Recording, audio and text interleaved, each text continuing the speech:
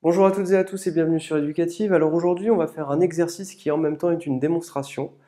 Et c'est un petit peu comme ça qu'il faut regarder les démonstrations, c'est comme ça qu'on progresse. Alors, l'objectif, c'est de déterminer le sens de variation d'une suite géométrique. Et oui, on vous donne une suite géométrique et vous, en un instant, vous devez être capable de savoir si oui ou non, vous avez affaire à une suite croissante, à une suite décroissante ou autre chose, on va voir.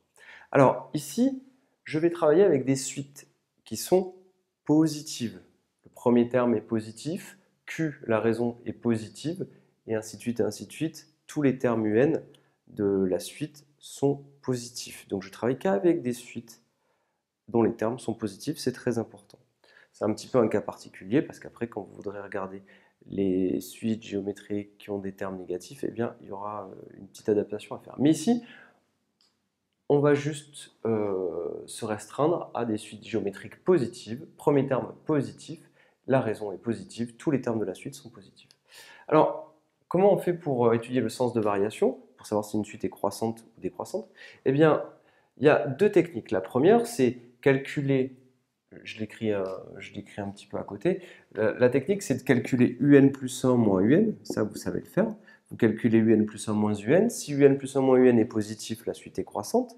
Et si UN plus 1 moins UN est négatif, la suite est décroissante. Mais ici, on va juste un petit peu réfléchir sur des astuces de calcul.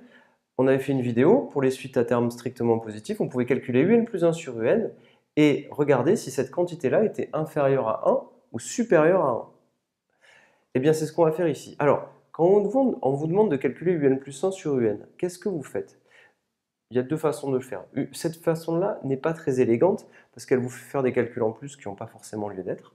Et celle-là est très élégante. Alors, UN plus 1 sur UN, regardez. UN, on le recopie. Et UN plus 1, qu'est-ce que c'est? UN plus 1, c'est Q fois UN. Regardez, ce que je peux faire, c'est que je peux simplifier ici et ici par UN et j'obtiens Q. Donc, quand je calcule UN plus 1 sur UN, le résultat, c'est Q, c'est la raison. Une autre méthode consisterait à calculer UN plus 1 sur UN de la même manière, mais à écrire que UN, c'est U0 fois Q puissance N, c'est la formule explicite qu'on a déjà vue dans les vidéos précédentes, et celle-ci, c'est U0 fois Q exposant N plus 1. On exprime UN plus 1 en fonction de N, on exprime UN en fonction de N. Ici, on peut simplifier par U0, Q puissance N plus 1 divisé par Q puissance N, il nous reste juste que Q puissance 1, c'est-à-dire Q. C'est la même chose. Donc là, vous voyez, on fait un peu trop de calculs et ça n'a pas forcément d'utilité, mais c'est pas faux. La méthode la plus astucieuse, c'est de l'écrire ici, c'est le plus simple. UN plus 1 sur UN est égal à Q. Donc plusieurs cas se présentent. Si Q est strictement plus petit que 1, eh bien la suite UN est décroissante. Vous pouvez l'écrire, UN est décroissante. Et comme c'est strict, UN est décroissante strictement, d'accord, vous pouvez l'écrire de manière stricte, et bien du coup, vous avez votre résultat, vous avez affaire à une suite UN qui est strictement décroissante. Si Q est strictement plus grand que 1, et bien UN est croissante. Et ceci de manière stricte. Par contre, si Q est égal à 1, et bien vous avez ceci. Vous avez que UN plus 1 sur UN est égal à 1. Et ceci pour tout N, pour tout entier naturel N. Qu'est-ce que ça signifie? Autrement dit, ça veut dire que pour tout entier naturel N, vous avez que UN plus 1 est égal à UN. Entre guillemets, c'est comme si le UN passait ici, ou alors on multiplie des deux côtés par UN. Qu'est-ce que ça veut dire? Vous avez un terme de la suite, le terme de rang n, qui est toujours égal au terme du rang d'après. Ça veut dire que, en réalité, comme c'est vrai pour tout n, c'est aussi égal à U0, ce qui veut dire que tous les termes de la suite sont égaux entre eux, ce qui veut dire que UN est constante. Donc vous écrivez ici UN est constante. Et ça, il faut le savoir, il faut s'y habituer.